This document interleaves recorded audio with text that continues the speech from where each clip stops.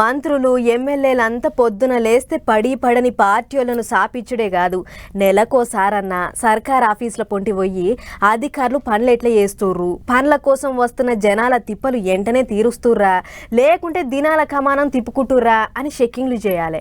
అట్లయితేనే అధికారులకు జర్రంత భయం భక్తి ఉంటుంది. అట్లనే మంత్రి కోమటిరెడ్డి వెంకటరెడ్డి సారు ఓ తాన చెక్కింగ్ చేస్తానికి వయ్యిండు. అటెంక ఏమైందో మీరే చూడు. మంత్రి కోమటిరెడ్డి వెంకటరెడ్డి సారు బుధవారం నాడు పొద్దుగాల సచివాలయంలో ఉన్న R&B డిపార్ట్మెంట్ సెక్షన్లకు అచానక్ల వై చెక్కింగ్లు చేసిండు. సారు వై చాలా సేపు అవుతున్నా అధికారులల్లా చాలా మంది కొలువులకు రాలేదట, సీట్లన్నీ ఖాళీగానే ఉన్నాయట. అది చూసిన మంత్రి సారు అక్కడున్న అధికారుల మీద గరమైండట.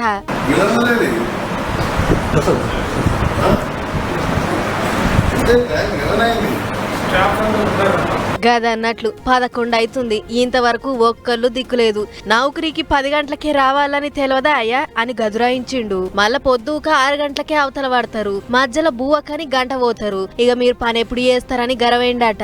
అంతేకాదు కొన్ని ముచ్చట్లు అడిగితే అధికారులు నోరెళ్ళబెట్టిర్రట. దీంతోని సారి ఇగింత కోపమైండు. మీ ఆఫీసులో ఏమేం పనులైతున్నాయో మీకే తెలవకుంటే మీరీడ ఏం చేస్తున్నట్లు అని గట్టిగానే క్లాసు వీకిండట. ఈ కాడ నుంచి అందరూ టైంకు కొలువుకు రావాలి, లేకుంటే మర్యాదగా ఉండదని సొట్లు కూడా పెట్టిండట. ఇక ఇదిట్లుంటే అటు Uppal MLA Laxma Reddy sir town planning ఆఫీసర్లను ఓ మల్క అరుచుకుండు.